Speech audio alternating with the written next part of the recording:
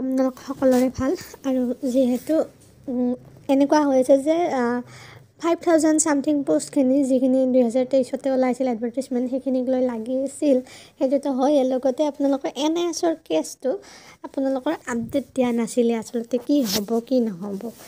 কেছটো কৰিও থৈছে কিন্তু গোটেইখিনি একো এটা অহা নাছিল। তো যোৱাকালি আপোনালোকৰ এনেকুৱা এটা আহিছে যে এইটো হৈছে কেছ কৰা আছিলে। তো কেছ কৰাটো ডিছপ'জ কৰিছে। তো এইটো আপোনালোকৰ 10 তাৰিখে ডিছপ'জ কৰিছে আৰু এইটো ডিছপ'জ কৰাৰ পিছত আপোনালোকৰ ফাইনেল এটা মানে কি ন'টিচ আহিব। ন'টিচখন আহিলে গম পোৱা যাব। আগতেও সুপ্ৰিম কোৰ্টে ইনভেলিড বুলি ডাইৰেক্ট কোৱা নাছিল। বহুতো মানে প্ৰাইভেট প্ৰতিষ্ঠানে হওক বা আমাৰ BTR ক্ষেত্ৰতে হওক NISক লোৱা নাছিল, মানে একচেপ্ট কৰা নাছিল। কিয়? কাৰণ কথাটো এতিয়া আছিল যে সেইটো 18 মহীয়া কোৰ্চ আছিল, যিহেতু 24 মহীয়াটো লাগিছিল। তো সেইকাৰণে তাৰে কাৰণে কেছটো চলি আছিল, আপোনালোক সকলোৱে গমেই পায়।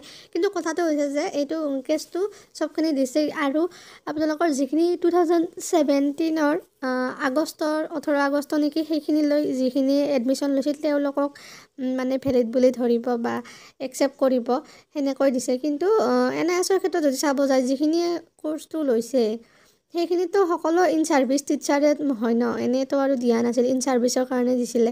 সেইটোৱে আছিল, প্ৰাইভেট হওক মানে প্ৰাইভেট টিচাৰ হওক বা গভৰ্ণমেণ্টৰ কাৰণে ইন ছাৰ্ভিচ আছিল। কিন্তু সেইটোৰ ক্ষেত্ৰত কিন্তু নেক্সট ইয়াতে এইটো কেছটো ডিছপ'জ কৰিলে আৰু এতিয়া আমি ৱেইট কৰিব লাগিব। আচলতে ফাইনেল কি ওলাব কি নোলায় সেইটো ন'টিচত গম পোৱা যাব, যিহেতু ন'টিচখন এতিয়ালৈ আপোনালোকৰ প্ৰকাশ কৰি দিয়া নাই। আৰু এইটো কথা যে NISৰ ক্ষেত্ৰত যিখিনি ধৰক কথাটো ক'লোঁ, যদি আপোনালোকৰ আহে NIS তেতিয়াহ'লে 5000ৰ যিখিনি আমাৰ আসাম গভৰ্ণমেণ্টৰ পষ্ট ওলাইছিল সেইখিনিত মানে এফেক্ট পৰিব নে নপৰে সেইটো মেটাৰ কৰে।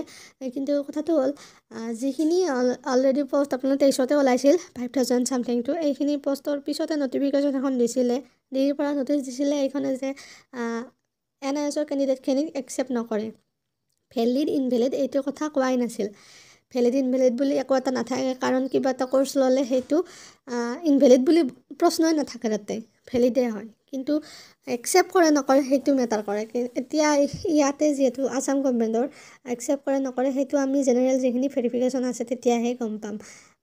জেনেৰেল ভেৰিফিকেশ্যনতো যদি আপোনালোকৰ নামবিলাক আহে তথাপিও ফাইনেল মেৰিট লিষ্ট যিখন ওলাব সেইটোৱে গম পোৱা যাব। আৰু ইফালে যদি চাব যায় মেৰিট লিষ্ট কেতিয়া ওলাব, তেতিয়া ওলাব লাগিছিলে ডিচেম্বৰতে, কাৰণ কিয়নো জানুৱাৰীত আপোনালোকৰ সিমানখিনি মানে ডিচেম্বৰ জানুৱাৰী 2টা মাহতে আছে, তাত বাহিৰে ফেব্ৰুৱাৰীতো ইলেকশ্যনে হ'ব। তো ইলেকশ্যন হ'লে আৰু ক'ত সিফালে মাৰ্চ এপ্ৰিল মে'ত এপইণ্টমেণ্ট দিবই। তো সেনেকুৱা চাব গ'লে হয়। আৰু কিন্তু যদি এইটোকে ভাবি পেলাই বোলে NIS আহিছে, কাৰণ এটা কথা যি কি নহ'লেও NISখিনিও কষ্ট আছে আৰু DLEDৰ ৰেগুলাৰখিনিৰো কষ্ট আছে। গতিকে মই নকওঁ যে NISে পাব নালাগে বা ৰেগুলাৰে পাব নালাগে, সেইবিলাক মই নকওঁৱে। যোনে যি নকৰিলেও সকলোৱে চাকৰি এটা পাব লাগে, সকলোৰে কাৰণে প্ৰয়োজনীয় হয়, সেইকাৰণেতো এপ্লাই কৰে ন। সেইটো সকলোৰে কষ্টখিনি বহুত মেটাৰ কৰে।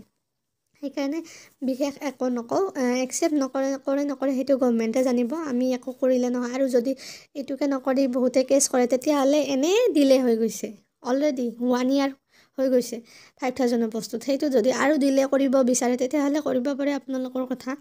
মোৰ ক'ব লগা এনেও একো নাই, যিহেতু আমি নিৰপেক্ষ। আৰু যিখিনিয়ে GT এক্সাম দিব তেখেতসকলৰ কাৰণে যিহেতু ন'টিচ আহিছে এক্সাম হ'ব। তো 29 ডিচেম্বৰত এক্সাম হবে। এইটো ভিডিঅ'টো চাই ল'ব, ডাঙৰীয়াই মানে এইটো পষ্টপন নকৰে। তো যিখিনি যি কৰিছে চিলেবাছে সকলো গম পাইছে।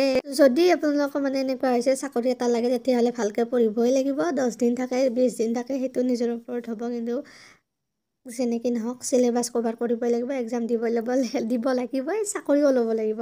তেনেকুৱা জোচতে পঢ়িব লাগিব, তাত বাহিৰে বেলেগ একো নাই। যিটো ঘোষণা কৰিছে সেইটোৱে হৈ যায় আৰু সেয়ে হ'ব, তাত বাহিৰে একো নহয়। তো আজিৰ কাৰণে এইখিনি আছে। যদি ভিডিঅ'টো ভাল পায় লাইক আৰু ছাবস্ক্ৰাইব কৰিব, লগতে শ্বেয়াৰ কৰিবলগীয়া যদি ভাবে তেতিয়াহ'লে শ্বেয়াৰ কৰি দিব। আজিৰ কাৰণে এইখিনিয়ে, থেংকছ ফৰ ৱাচিং।